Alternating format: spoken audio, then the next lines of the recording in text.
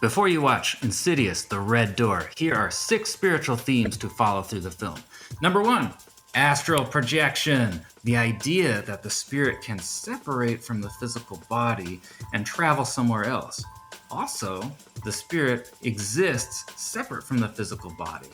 Number 2, working with Nathan all these years, I've really gotten into the theology a little bit more, and I have to go with the spiritual oppression coming from the demons. They parallel exactly what a lot of religions talk about when demons are coming up, being produced, born, taking over, everything like that.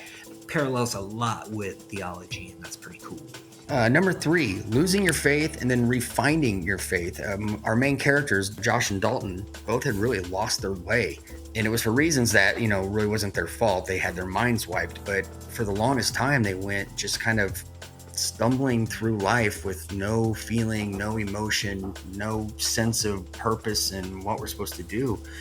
And they just really thought they were going nuts. And as you see through this movie, they rediscover their purpose, their higher purpose, and what they're supposed to do with their family and building those strong relationships again and just doing good for themselves and for their others. Number 4, this theme is hard to see, but it's there. At the beginning of the film, you will notice that Dalton has lost his belief in the spiritual realm, in the afterlife, and anything like that. And he has to regain it throughout the film.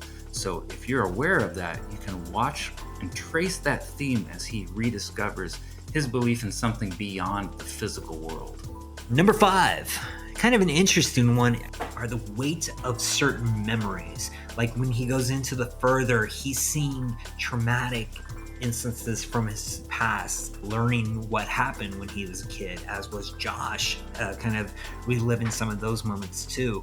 And, you don't relive walking your dog.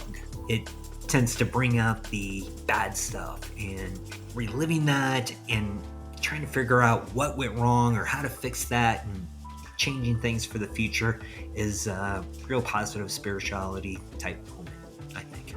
And number 6, there are 2 worlds presented in this movie, the spiritual world and the physical world, and how do they interact with one another?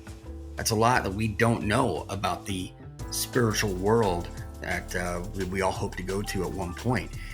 Do they interact? How often do they interact, and how do they interact? What are the rules that spirits can do? Can they come back to the physical world and interact with us? Are we seeing this stuff?